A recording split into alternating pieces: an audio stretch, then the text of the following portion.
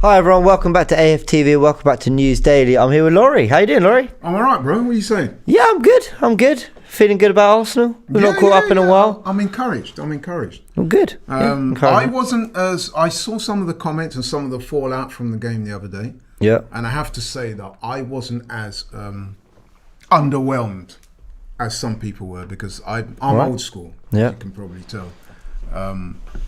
And I think with these cup competitions, it's a case of getting through to the next round. Sure. Sometimes the performance isn't always what you want, but at the end of the day, if you're through to the next round, for me, it's job done. And there was some encouraging parts of the performance. Yeah, I think so. That's now 6 wins and 6 wins and 2 draws in 8, if you count the AFC Wimbledon and Leeds Cup games. It's 8 unbeaten. It's a table that's moving. It's encouraging. Yeah. Listen, we're on some kind of upward trajectory. I don't think the performances are quite where everyone wants them to be. But there's no doubt that a young side just needed to build a little bit of momentum, and hopefully we see the performances start to really build on this. Yeah. I mean, listen, man. There was a number of changes from the team that beat Villa, and that's obvious. Yeah. Okay. Slightly disappointed with the performances of Pepe and Martinelli.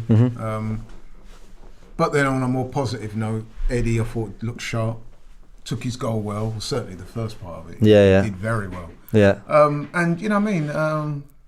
The subs, I'm always castigating the manager for his lack of impact with the subs, but Callum Chambers made an immediate impact. So that was good. You know what I mean? It was a win, man. Yeah, absolutely. Against a Premier League side who wanted to win that game. Yeah, they had some good players there, absolutely, So, what I took from that, you got the win, you're through to the next round, you're into the last 8 of, let's say, a fairly prestigious competition.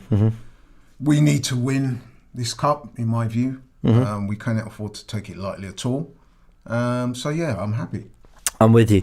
Now, guys, the big news of the day, it's really news that sort of broke last night, but it surrounds our wonderful owner, Stan Kroenke. Couple just sort of caveats, just things to mention at the beginning is that obviously this kind of stuff's pretty complex in terms of legally kind of it's about basically his ownership of the LA Rams and their move from St. Louis. We're not going to go into too much detail and opinion specifically on the Rams and all that, because it requires a lot of research, a lot of depth, a lot of stuff that we're not necessarily, it's out there, but I'm talking more from an Arsenal perspective. We don't want to offer too much opinion on it, but it is causing a stir. And personally, I'm quite staggered that people are questioning Stan Kroenke's ownership. You got to learn that there's a thing called sarcasm, and Laurie really enjoys it. People are acting surprised. Well, exactly. But there is an interesting news report in ESPN. We're going to read out some of the main bits from it. It's by Seth Wickersham, ESPN senior writer. We'll kind of go through. Like that, it's got to be a legitimate source, really. It sounds like with a name like that. It sounds it, doesn't it? It does. We'll go through some of that, but then we'll talk about sort of the Kroenke ownership more generally from a perspective of after the protests, so after everything that's gone on, £150 million spent in the summer. Has the foot been taken off the gas? And if so, is that the right thing? So a couple of things to go into, but let's go into this story first and foremost. So as I said, it's from Seth Wickersham, ESPN senior writer. This is essentially, we had to say the headline: Los Angeles Rams owner Stan Kroenke, we know that name well, angers NFL owners with financial pivot related to lawsuit on St. Louis move, sources say. Now, what does that mean? Let's go into a little bit more detail. So, LA Rams owner Stan Kroenke might be trying to back away from his promise to cover tens of millions of dollars in legal expenses related to his team's 2016 departure from St. Louis, a revelation that angered many NFL owners when they learned of it on Tuesday, sources told ESPN. again. So the legal update from NFL General Counsel Jeff Pash during the owners' first in-person meeting since December 2019 stunned many in the room, according to accounts from people who were there and others briefed on the proceedings. Are we surprised that Stan Kroenke's turning his back on paying money he probably should have? Absolutely not. I'm going to just get a few other more bits from the story. A wise man but once told me that you don't get rich by giving away money, and I think Stan Kroenke in many ways encapsulates that saying. But yeah, I think so. But just give me your thoughts generally on. I know I've only kind of given you a few sentences there, but we do have an owner who tends to be in the news for the wrong reasons, don't we? Yeah, I hear that.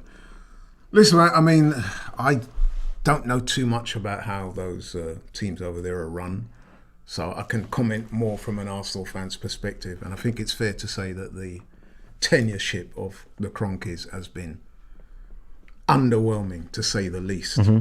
Yes, they have provided some funds in recent months to the current manager, Mikel Arteta, but it's been long overdue, and even then, some people are saying it was nowhere near enough.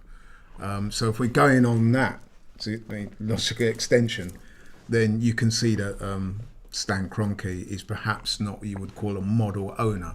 Yeah. Having said that, I don't know too much about the intricacies of the argument, so I don't want to completely dump on the guy. But as I said, from an Arsenal fan and observing how he has been with Arsenal Football Club, then I would have to say that there are certain issues around his tenureship. Well, absolutely. Concern. There's a line here in the article that says, a source close to Kroenke says now that the Rams owner believes that some of the legal issues arise from that email. Check it out on ESPN, you get the full context.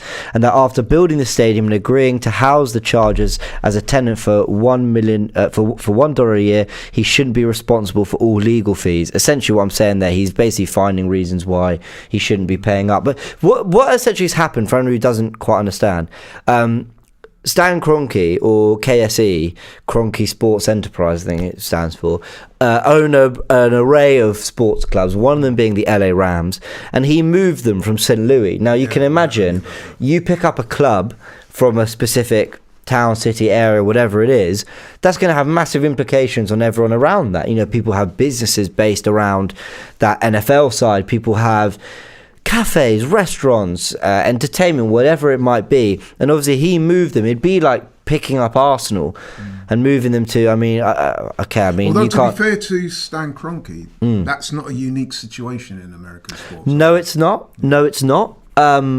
But I still can't imagine people would be too happy about it.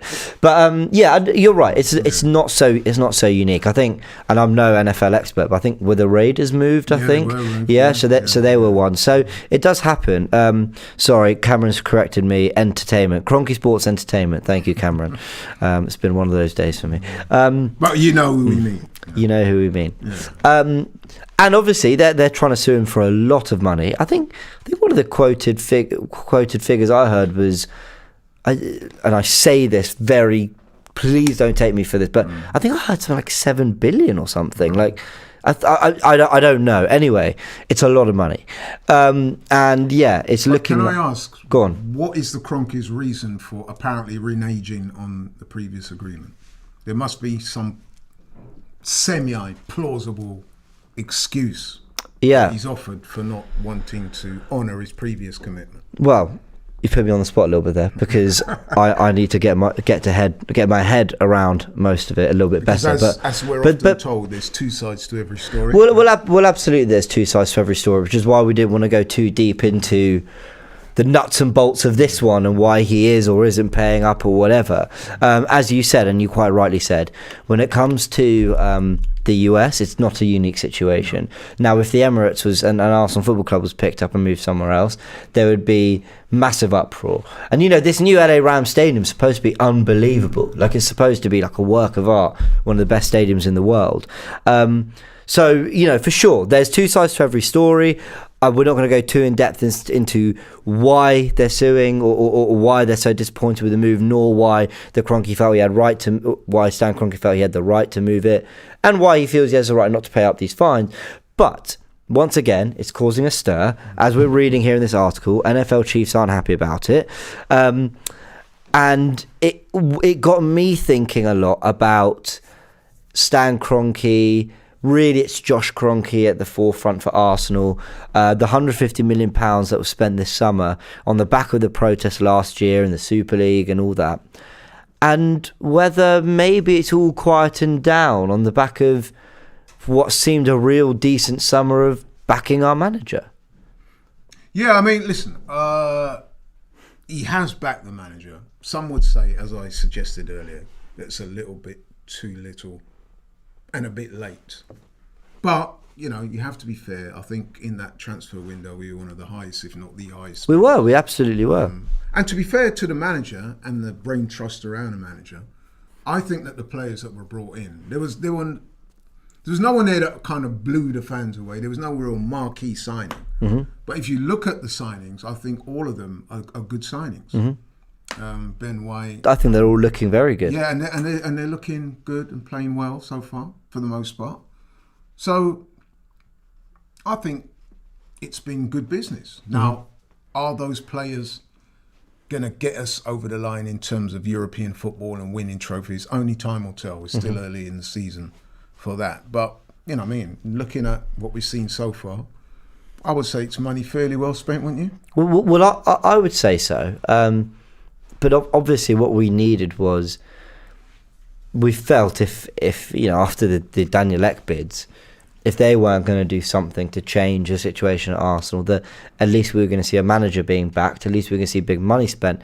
Now we did, but unfortunately, I think a lot of fans felt it didn't come with the marquee signing I think Ben White was the marquee signing. And he's proving a good signing so far. I think so. Maybe for the money, we're yet to see. But when is this kind of how fickle football fans can be, though? You know, such a massive protest, all absolutely fed up with the direction the club has gone in, and we kind of take our foot off the gas after a good summer window. Could prove to be a great summer window, but maybe we just kind of lost our attention a bit too quickly. Is that fair to say? Yeah, I think so. I think the thing with the Kroenkes is that, I mean, I'm going to give you my perspective here, and we've not spoken about this previously. No, we haven't. No, like we've come on here and staged this. No, of course, yeah.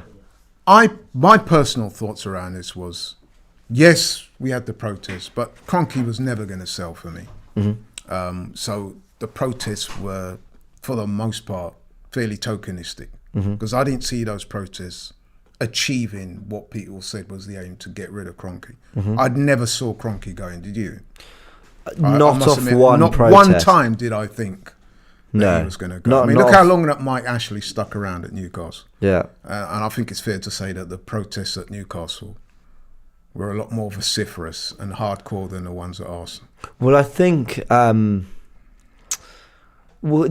Mike Ashley stuff, there was a relentless hate for a long time, wasn't there? There was whereas I think with Arsenal fans, it's taken a lot longer for people to come round to the thoughts of Stan Kroenke. But by the way, I'll also have it on record that you might not have a problem with Stan Kroenke. Not you, but whoever's watching might not have a problem. They might say, listen, they've spent a lot of money the last 6 years.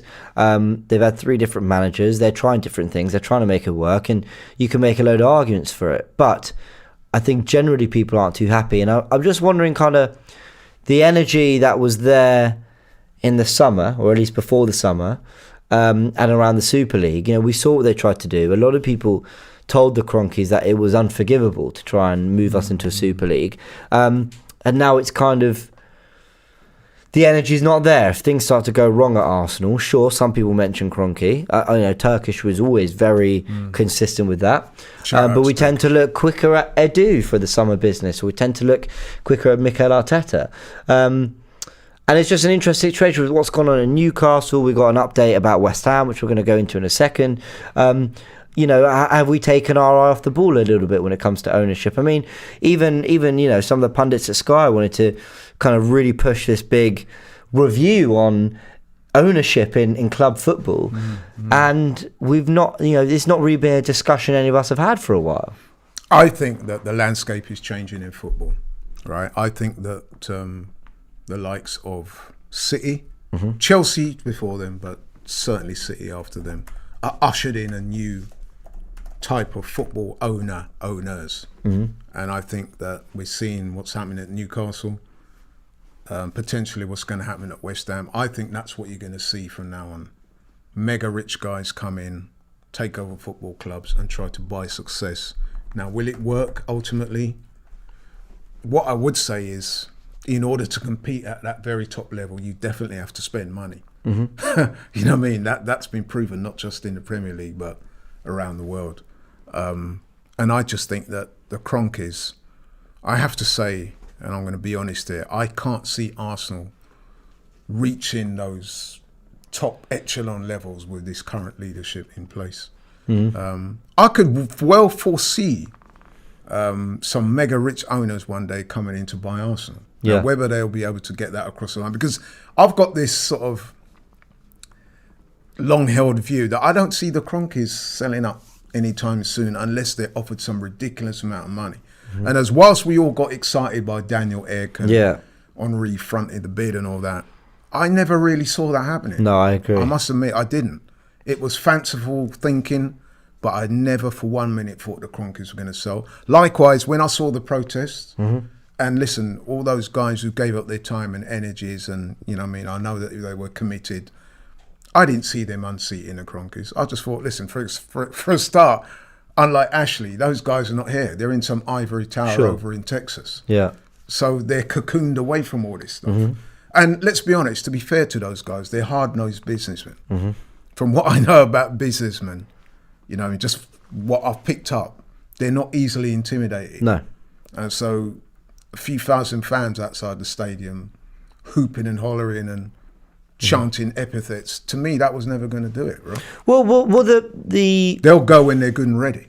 I think the protests were superb for showing everyone our disgust at the Super League, for showing the owners that we're not happy with the direction the club's gone in, and if that even at least made Arteta, Edu, Vinay, Josh Kroenke, if it at least made them have a good rethink about the strategy of the club, the attention paid to it, the communication with the fans, the way it represents itself. So I was on News Daily yesterday with Julian, and we were given examples of some really classy gestures and things that the club have done of late. And I was saying that's important to me. I want the club to be classy, and I felt we lost that in the last couple of years. So if the protest has led to reviews of all these things within the club, then I'm absolutely, I'm kind of fine with that. Yeah, I would agree with that. If the protests, what they could have done, they could have hastened in a different type of attitude from the owners, where they were forced to look within themselves and say, listen, even though we're not going to sell up, we need to get the fans on side. And, you know what I mean? Actually, you know, we need to revisit certain things. So they did spend more money. They have started looking at certain ways the clubs run. They realise that their PR on certain things needs to improve. They need to be a bit more embracing of some of the fans' complaints and concerns. Certainly, they've taken some of that on board. Some fans would say they've not gone far enough. But they're probably looking at it as a longer-term project. So from now on, we're going to start doing these things. But we've got no intentions of selling up. But do you really believe that under this current stewardship, owners, Vinay, Edu, Arteta, that we're going to aspire to that next level? I think it's unlikely. No. And the other thing as well, I was saying, you're seeing a kind of trend now, aren't you? Like I said, Newcastle, all of a sudden, someone's coming in to buy West Ham. And I think that's the way things are going to go for a while now. Listen, I agree. You asked the question, can Arsenal be successful on the Kroenkes? I'm unlike other people where I say, yeah, they absolutely can be. But it's going to take the perfect storm. And what I mean is, look at Liverpool. You know, they had Trent Alexander-Arnold come through. They hit the jackpot with Mane and Salah because they had a great manager in Jurgen Klopp who was available. And it all came together just brilliantly. And Jurgen Klopp is a wonderful, wonderful manager. In my opinion, the best in the world. And he was able to, in spite of the ownership, who saw something was happening and so backed him over 1 or 2 summers with some real signings. And they went on and won everything. You know, okay, well, the biggest trophies anyway. Interestingly, they didn't back him last year and you saw what happened. Well, yes, what you saw for me, is more evidence of what an unbelievable manager Klopp is, because despite the injuries, and yeah, they brought in Thiago, but, you know, despite the injuries and, you know, not really a great deal of additions and replenishing of the squad, he still found a way to finish third. And then this season, everyone comes back fit. I think they signed one player, Konate, and boom, 5-0 at Old Trafford. So Arsenal can absolutely be successful, but they need Saka, Smith Rowe, Patino, Hutchinson, all these youngsters to kind of come in and hit the potential. Arteta to prove he's a brilliant manager, if not whoever comes in to be a brilliant manager. And then your shrewd bits of business like Aaron Ramsdale, and I say shrewd because he's 24 to 30 million pounds. But if he continues at this level, he's going to look a 60, 70 million pound keeper. Ben White, get him before Man United, Chelsea, all them come in. Nuno Tavares at 8 million. Odegaard, 34. He's the kind of player who could be worth 15, but could be worth 70. So it's interesting to know. You raised some very good points. But I would like to know what you define as success ultimately.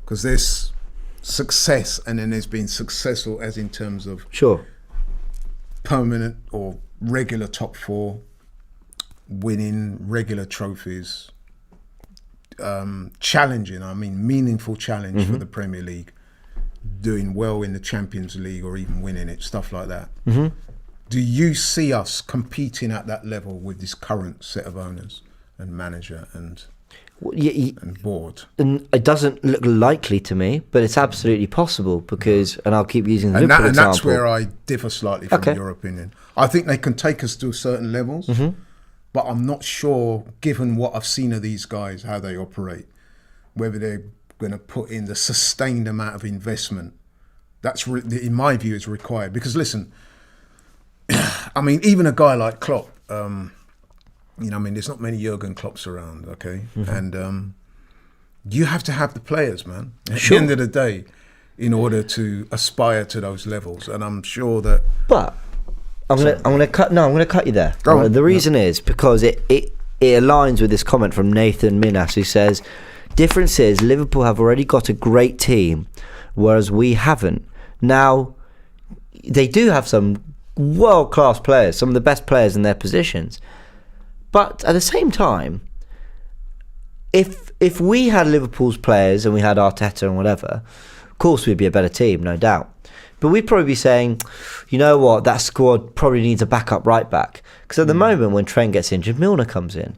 We're probably saying, you know what, it needs a recognised number 10. It needs that creative spark or whatever. We're also probably saying, yeah, it needs an out-and-out number 9. Firmino's more of a false 9. Jota's a winger played up front. But Klopp is such a good manager that none of those shortcomings ultimately affect the team too much. So I don't think we have to be perfect to be up there. I think a great manager has some ingredients at Arsenal, add a little bit more, and they can be competing. And I think they can do that in spite of the Kroenkes. I really do. In spite of the ownership, who over the last 5-6 years have actually spent a lot of money, I do think they can be successful, I know that's not the popular thing to say, but, you know, when I personally think there has to be a good symbiotic relationship between which is a great the manager and the board. So the manager is the manager. The board are there to support the manager and to provide him with the funds to enable him to go out and attract the players.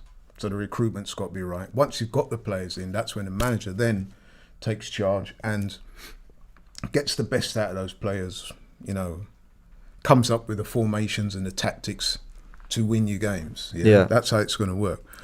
I'm looking at Arsenal at the moment. I'm not seeing the board. Okay, we said, didn't we, that they spent a lot of money in the recent transfer window, but going forward, are they going to sustain that type of thing? I'm not so sure. Previous history suggests that they won't. And I'll also have to be honest and say, I'm looking at the manager, and whilst he's going through a decent run of form now, and he does have his, you know, he does have some things that he does well. I'm not seeing an elite manager there to take us to that top level. Listen, look at the top teams right now. You got City. You got, they're managed by Pep. Liverpool, Klopp, and then Chelsea, Tuchel. You have to say that Arteta is not on that level. Oh, 100%. Having said that, you got West Ham, and they're, you know what I mean, they're overachieving at the moment. With David Moyes, who's doing a sensational job there. Now, with Arteta, I've seen nothing so far to suggest he can attain those heights. Yeah. But to be fair, he's still a young manager, still learning his trade. So it's very possible. I mean, with David Moyes, it's taken him a while to be this successful in the Premier League. Because when he was at Man United, he got sacked. Yeah. So I'm not ruling it out completely, but what I'm saying is that symbiotic relationship between the board and the manager has got to be there, and we've got to have the right man in place to get those things over the line. At the moment, I'm not quite seeing that, but hey. No, I completely agree. Well, Wayne here with the Super Chat says the Kroenkes were never the problem. They never prevented the club from spending. The recruitment under Wenger and Gazidis was awful. 35 million for Mustafi when we could have bought Van Dijk for cheaper. It's a good point. Like, money has been spent, so it's not all about that. But I think it's about looking after the Emirates Stadium. It's about looking after the training facilities. It's about employing the right people and having a plan and a strategy. I think whether you like it or not, Project Youth that we're seeing this summer seems to be the only plan that actually makes any sense to me. I'm not saying I like it, but at least I kind of get what they're trying to do. Well, to be fair though, a few years ago we were being, under the Wenger era, we were being placated, weren't we? We were being told, move into the new stadium.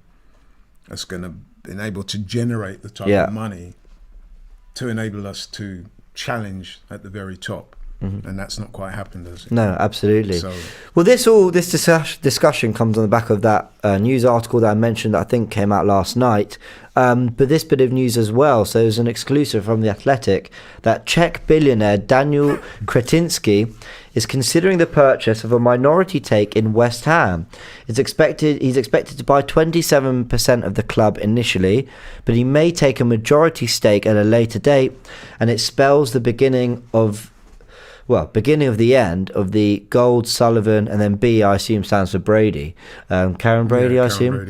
Brady era. So that was by, who's Matt Slater here, who's a football news reporter for The Athletic. And obviously, you can imagine fans are getting a little bit on edge because it's more talk of ownership. It's more talk of maybe another superpower.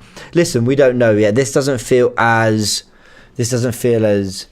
big as the Newcastle Saudi Arabia takeover, but it's still another club that could be getting more owners, more investment, with more ambition. And West Ham having a good season. They're ahead of us without these owners. Yeah, exactly. Yeah. So again, it's what I spoke about earlier. That it does take money to construct these type of really good teams that we're seeing. So, another club. And let's face it, these are potential threats to us, aren't they? Well, Newcastle and West Ham, if they acquire... They are. I mean... If they're acquired by this guy in this way, then over a course of time, they could become legitimate threats. I think they probably would. For me, to us, there are reasons for Arsenal fans not to panic too much. I'm going to include Newcastle in this. But from the West Ham's perspective, we had Usmanov, who had a minority stake, and he wanted to put money into the club. He had massive ambitions for Arsenal, and he wasn't allowed to because ultimately he didn't have the majority stake. So this millionaire isn't going to be able to come in and then, 500 million summer one. It's not going to be like that. But including Newcastle in this discussion as well, two things. A, there are supposedly going to be laws and restrictions, and Newcastle are going to find it harder to do what Man City did in 2008. Football's evolved and changed since then. I'm not saying that's fair on Newcastle. I don't know if that's fair at all on anyone. But of course, there's definitely a consciousness from the Premier League that it can't just be a case of new owner, bam, you're buying your way to the top. But even if you were, you got Aston Villa, who, again, ambitious owners, since coming to the Premier League, and we did this on the build-up, me and Cecil, before the game against them Friday night, they spent 325 million since coming in. A lot of money. That's over 100 million per summer since they've arrived. and the best they've done is 10th, 11th. So, you know, money doesn't guarantee you anything. It's got to be prolonged. It's why when people say, yeah, but Arteta spent 150 million, so he's got to compete now. Well, no, because the Chelsea and Cities and United have been spending that money for 10, 15 years. That's right. And that's the difference. It's got to be, you live and you learn, you figure out, and then your next 40, 50 million pound player is adding to a pool of immediate quality. So there's reasons for Arsenal to be, these guys are ahead of the curve, aren't they? Yeah. And also, as I said earlier, it's very crucial, very important. The manager is one of the most important investments the club is going to make. 100%. Without the manager and the proper team in place, you can spend as much money as you want. It's probably not going to be too successful. Nope, I completely agree. So there has to be the proper structures in place. There's got to be proper structures. And that is what Newcastle will probably struggle with initially. Yeah. They need to get that proper structure. First, you need to have somebody with a vision and then develop the proper organisational structure. Then you've got to bring in the manager and then work together and oversee the project. Well, if you look at what City did really... It's going to take a while. Of course it's going to take a while. If you look at what City did really well, and I've got to give them credit, because people are very quick to say, well, money. Sure, but they also had Roberto Mancini, who was the perfect kind of, let's take an average mid-table side, add some quality, build a spine. You see what he's done with the Italy side. Yeah. He's very good at taking almost a mess and giving it really good foundations. Wins the title, does a brilliant job there. Obviously loses his job the year after. Then they get Pellegrini. Guardiola's not ready for the role yet, but you know what they're getting in? They're getting former Barcelona staff in who are involved in the board, the recruitment, the building of the side. They're adding to the training complex. They're building the women's team. They're improving the academy. So now you've got players like Palmer and Foden coming through. And they're building all this. And guess what? When Pep Guardiola leaves Bayern after 3 years, it's ready for him. It's ready. They've had Pellegrini. They've had managers who want to play attacking football. They've got players like De Bruyne, David Silva, Sterling, Aguero, company, who are made for a Pep Guardiola. He, yes, spends a lot of money, don't get me wrong, but adds his touches and builds a wonderful, wonderful team. And that is yes, there's money, and with money you can make these mistakes and you can do these things, but it's an ownership that have a plan and have executed it over 10 years. That's an excellent point. And what you've described there is a club that's evolving in time. And I think that's important, because it's okay having a bag of money, but just throwing money at a problem is not going to solve it. There have to be the right people in place. And that's what Newcastle are going to find the hardest bit of the job. The money's there, but you have to develop the system in order that the money can enhance that and get you to where you want to go. And you've got to and that's going to take time. Of course it's going to take time. And we are ahead of the curve in terms of with Newcastle and the likes of West Ham are, even though we're not above West Ham in the table. But you know what I'm saying, in terms of structurally and the size of the club, etc., etc. So we have certain advantages there. But am I convinced that the Kroenkes are going to be able to match that level of spending? I just don't think they're about that life. So I'm always going to have my reservations as to how successful we can really be under the Kroenkes. And rightly so. And I get that.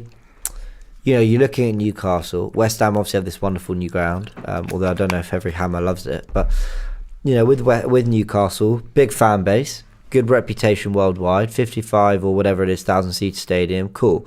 But a big part of Man City was the Etihad Stadium, or at the time was called the City of Manchester Stadium.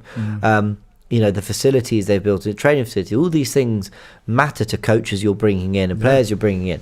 Now, Newcastle, I think this search for a manager could go on another week or two. Because they're in a position where no manager really wants to take Newcastle at this stage. They want to take it either January, where they can add to it, spend money, build their club up, or after someone's done the Mark Hughes job and done the Mancini job for a couple of years, and then goes, I'll be the Pellegrini, or even better, I'll be the Guardiola.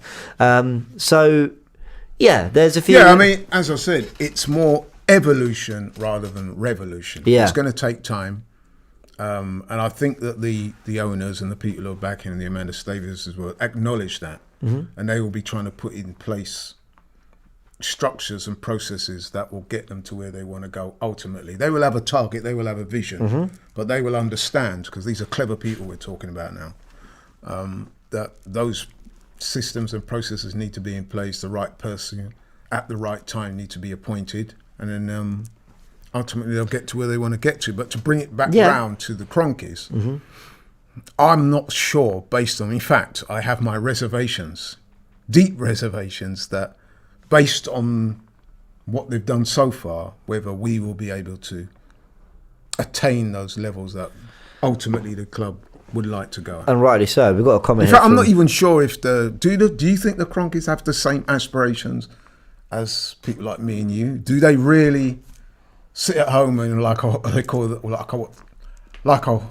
to call the ivory tower and see that vision for Arsenal, the same one as the fans do? Absolutely not. I like to... And that's where... see, the thing is with Newcastle, the guys that they bring in are going to have that vision. They're going to be brought in with that in mind. Amanda Staveley and them is going to sit these people down and say, look, this is the target we're giving you. And we want to evolve in this direction. The money's here, but you know what I mean? Yeah.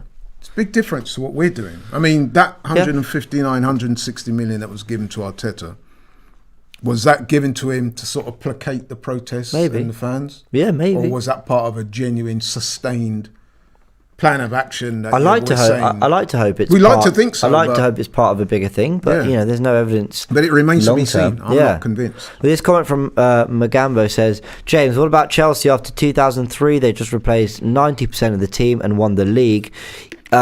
Chelsea's obviously success happened. I mean, listen, City's success happened quite quickly, but football's different now. Like, every club in the league spends money, really. So I don't think it's as simple, and I use the Villa example. E. Ross says, when's the last time you saw Stan Kroenke in a match? That should tell you all the interest he has in the club right there. Very true. And I think Josh Kroenke is slightly more involved in that. I think he's been at a few... Well, I say been at a few games. I mean, it's hardly good enough, is he the good cop to the bad cop situation? I think Josh Kroenke is, and that's not me saying he in those terms. I think Stan Kroenke is like the bad cop, isn't he? I think the son is Josh Kroenke is like the good cop. He will come and make a couple of token appearances each season. Is he really fully invested in the club like that? I don't know. I'm yet to, and call me naive, call me deluded, call me all these things. With Josh Kroenke, I'm yet to see whether it's a case of good PR, he's pretending he cares, he's not too bothered, or whether actually he does care. But ultimately, just because his name's Josh Kroenke and he's Stan's son doesn't mean he can do everything he wants. That's true. And I wonder whether there's a sense of, because you always hear Arteta says that he's in regular contact with him, and whenever you see pictures of the Kroenkes are in town, it's always Josh. It's always Josh who is reportedly having the meetings in London with Arteta, going to the training ground, talking to Vinay. You know, it's Josh at the front. I think they're trying to send the message. Yes, it's KSE, but Josh Kroenke is the owner of Arsenal Football Club, and if it's Josh over Stan, that makes me feel a little bit better, but not by a lot. And I wonder if Josh is there going, Dad, we need a bit more money. We need, and it's Stan going, well, no, do what you can, and he's like, well, great, and. So, but I'm probably being a bit too kind there. I might be. Well, it's interesting because we've always that famous anecdote about the so-called chairman who turned up at the ground, and then once the teams are kicked off, had to be reminded of which team was which. And a lot of people have suggested that was Stan Kroenke. Wouldn't surprise me. Wouldn't surprise and if that is the case, then that kind of shows you the uphill battle, doesn't it? Yeah, absolutely, it does. Absolutely, it does. So you're right, and then. If that was him, okay, and even if that wasn't Josh, you imagine trying to get money out of a man who's got that type of thinking. It's going to be very difficult, isn't it? No, 100% it is. And I think that's the difference. Like I said, we have made some improvements in that way. But is it sustained? Is it going to be sustained? Is it plasters? Was it just to placate the fans after what happened with the fallout of the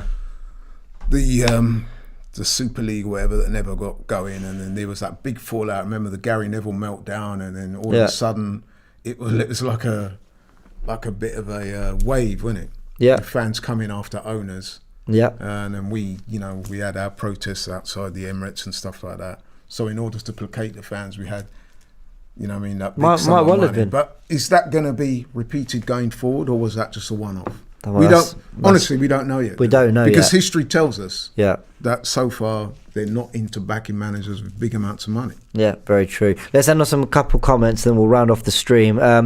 Sir Festus says, good evening, guys. James, any news about Ben White, if he'll be available for Saturday's match? Apparently it's just illness. So Ben White, and I read some of that, Odegaard and Tierney should be okay for Saturday's match as well, so fingers crossed. Andrew, Super Chat, says, what do you reckon is Stan's instant sell price for Arsenal? Quick figure, I think for 3.5 billion he'd do it. What do you think? If someone came in on the table, 3-4 billion, I think he'd do it. Yeah. Well, yeah, but then again, no. I see these guys as just like hard-nosed businessmen, and they're just going to sell when they're ready. Yeah. They don't need the money, do they? They're No. very, very rich people. I think they even married into the Walmart Yes, I money believe as that's well. true. And so, listen, man, a few extra quid. I think they're just like acquiring sports franchises, don't they? I think, yeah, maybe they do. And a lot of they're them the do. type of guys. The Glazers were trying to buy a cricket team the other day. Yeah, there you go. You see, Yeah, so tells you everything. you know what I mean. Yeah, very true. Well, guys, we've enjoyed this discussion. Been a while since we've done the Kroenke chat. Strange doing it without Turkish, I have to say. But I'm sure Shout out to Turkish. Yeah, he's actually here in the room. So, hey, Turkish, how you doing? Kroenke out!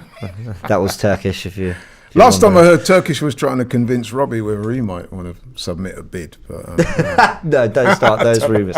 Don't start those rumours. Laurie, thank you so much for joining me. Respect. Guys, go read up on it. What's Thanks going for having on me. with Stan Kroenke and the LA Rams. As we said, we didn't want to offer too much opinion on stuff that, even if you read the articles, they're always swaying one way or another, and we can't speak for the Rams fans, or we can't speak for the people of St. Louis, nor can we speak for the Kroenkes. We can give you the stats. He's pissing a load of people off out there, is basically what's happening, and he's pissed us off in the past as well. So anyway, let's end the stream there. Don't forget to like and subscribe. Content coming out tonight, ahead of the big Leicester game, and obviously Matchday Live and everything from Saturday morning as well as the cup draw. Hopefully we get Sunderland at home. That's what we want. Oh god! I tell you what, if we get Sunderland at home, they knock us out. We're all gonna be pretty embarrassed. Anyway, have a great Thursday night, guys, and we'll see you tomorrow.